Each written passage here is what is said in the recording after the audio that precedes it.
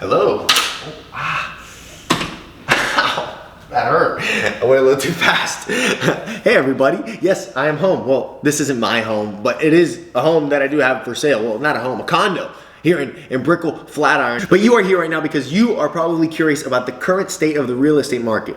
Because of all that's going on, the craziness, the coronavirus pandemic, the people losing their jobs, people not at work, people working from home. How does that affect real estate? And first, before I get into this, I want to say that I hope you are staying home and staying safe and quarantining yourself, staying away from people. I am here. Yes, I am out and about. I'm at a listing that I have, but nobody is here. And I am not putting myself in contact with people, especially not my abuelos and my abuelas. And now let's get into it. So today I'm going to talk about two things. First thing, I'm going to talk to you about how this whole crisis has affected my business. What I am seeing firsthand from buyers, sellers, and renters, because this whole thing has affected a lot of people. So I'm going to explain to you what people are telling me and the feedback that I'm getting.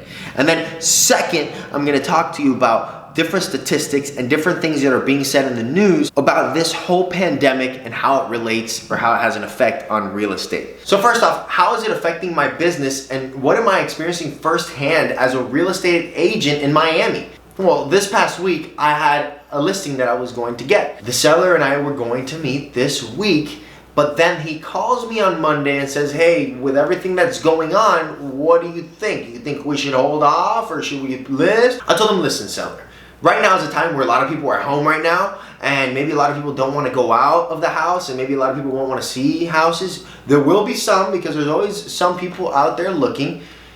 But for the most part, we're probably not going to get a lot of attraction. So right now, we may list, we may run the risk of it just sitting on the market and then becoming stale and just staying there. And then my seller interrupts me and he says, yeah, not only that, Jonathan, but I don't want someone coming into my house that I don't know. What if they have the virus? Who knows? So that's the problem for sellers, is that sellers, in their minds, they may not want people to come into the house. And then on top of that, buyers, yeah, there may be people buying right now. Maybe there are people out there, but not as many as there were before. So right now, sellers are kind of holding off on selling their house, at least for the moment.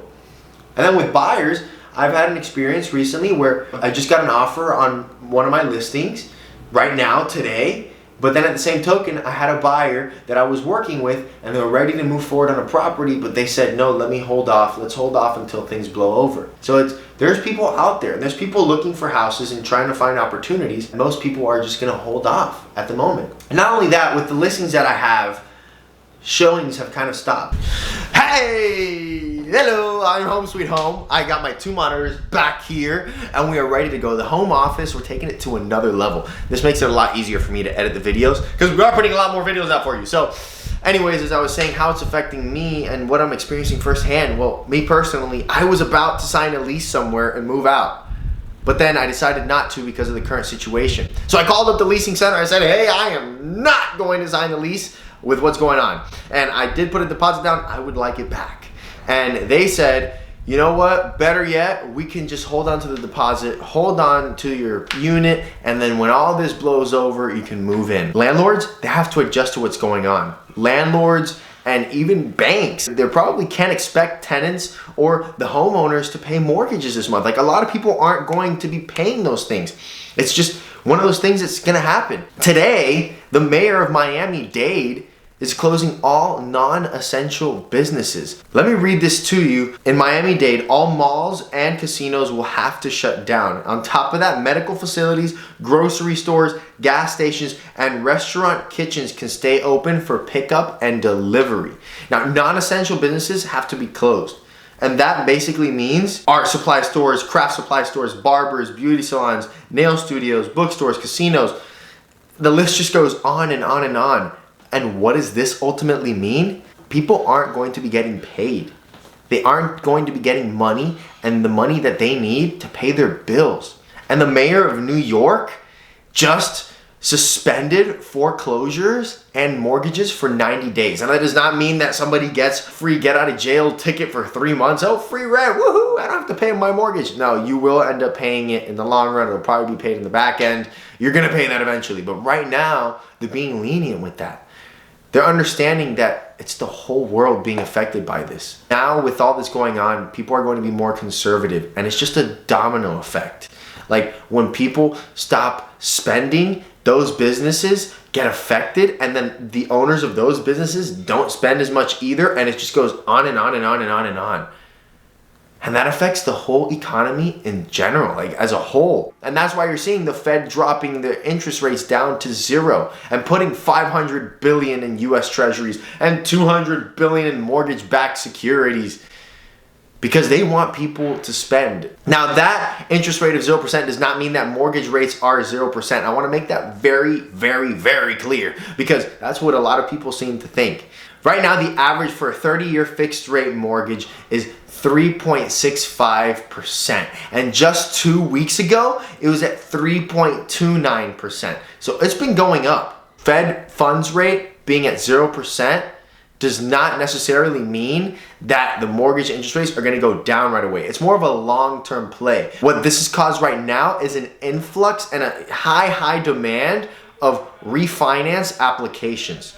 Refinance applications are up 402% compared to the same week last year. You heard that right, 402%. So demand for applications and for like refinance is just bombarding the banks, and they just have too many applicants and too many things coming in that they can handle with. So that's why the rates, you see them going up. That's my honest opinion.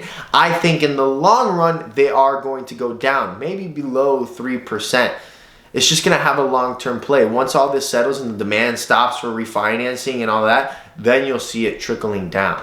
Breaking news. So actually this video that you just saw was recorded yesterday, March 19th, Thursday, okay? So it's March 20th right now, and there's an article that was just posted by The Real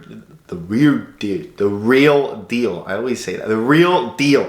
All hotels and short-term rentals are ordered to be shut down in Miami-Dade County starting Monday. That is insane. Miami is a tourist attraction, especially with spring break. There's thousands of people here on vacation, and there's actually a lot of people. I've been called multiple times for people looking for short-term rentals down here in Miami. So a lot of people are trying to come down here for some reason because of the coronavirus. Now, from my understanding, a lot of people think that the coronavirus doesn't spread as quickly in the heat. How true that is, I have no idea. I am not a scientist. Maybe I look like one. No, I'm not.